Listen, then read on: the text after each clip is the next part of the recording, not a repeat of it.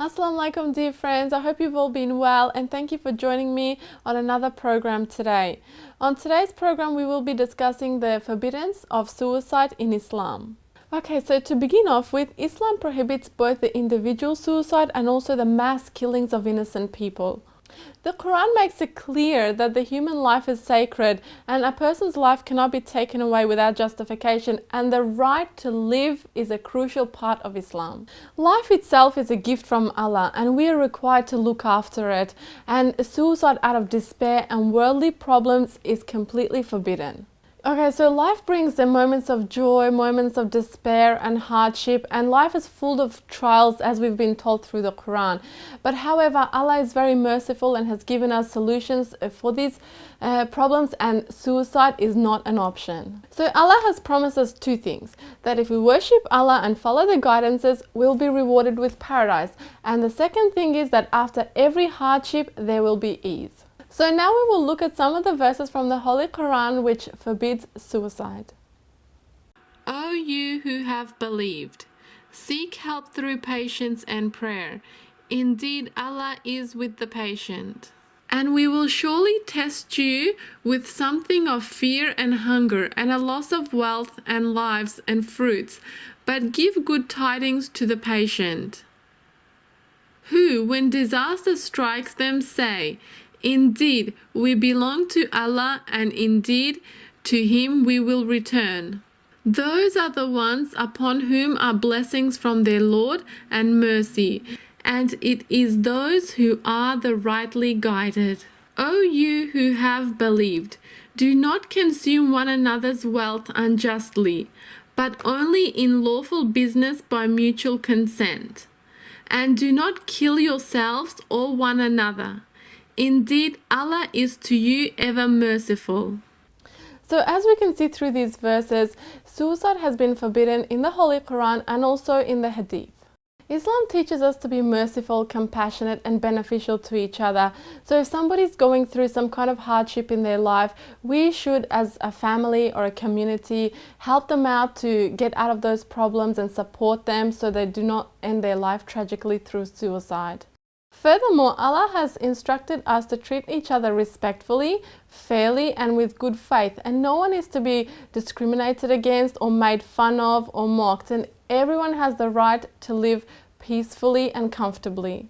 Allah strongly forbids suicide or the killing of any innocent person, because as you know, the killing of one innocent soul is equal to killing all humanity. When life was created on earth, Allah made sure that there's enough sustenance for all the creations, especially the humans. So there's no reason for suicide or the killing of people due to poverty or the fear of poverty as well.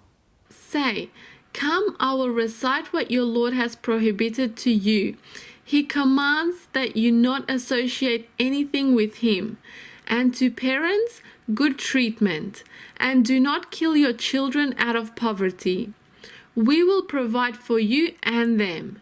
And do not approach immoralities, what is apparent of them and what is concealed. And do not kill the soul which Allah has forbidden to be killed, except by legal right. This has He instructed you, that you may use reason. The Quran also makes it clear that taking the lives of innocent people is not permitted.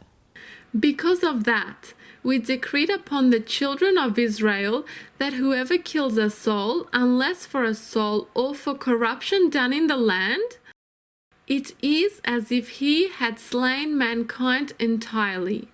And whoever saves one, it is as if he had saved mankind entirely. And our messengers had certainly come to them with clear proofs. Then indeed many of them, even after that, throughout the land were transgressors. Now we will look at some of the verses from the Hadith to see what our Prophet, peace be upon him, had to say about suicide. The Prophet, peace be upon him, said, He who commits suicide by throttling shall keep on throttling himself in the hellfire forever. And he who commits suicide by stabbing himself shall keep on stabbing himself in the hellfire.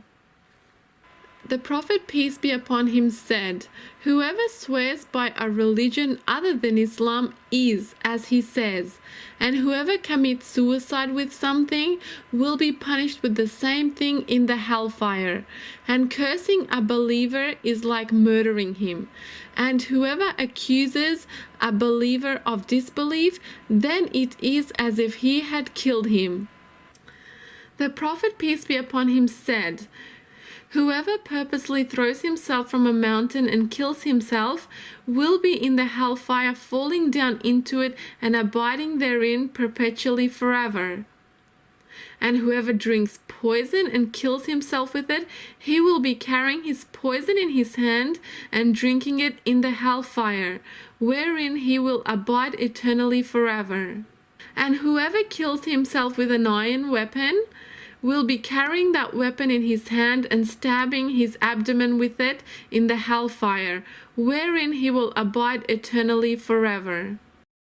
Allah's Messenger, peace be upon him, said, "Amongst the nations before you there was a man who got a wound, and growing impatient with its pain, he took a knife and cut his hand with it, and the blood did not stop till he died.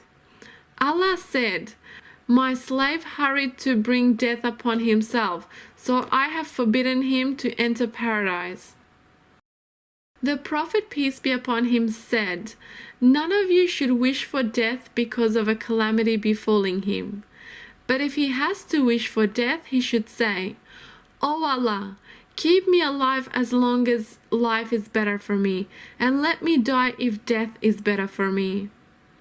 A person committing suicide does so because they think they can escape from the crisis in which they're living in.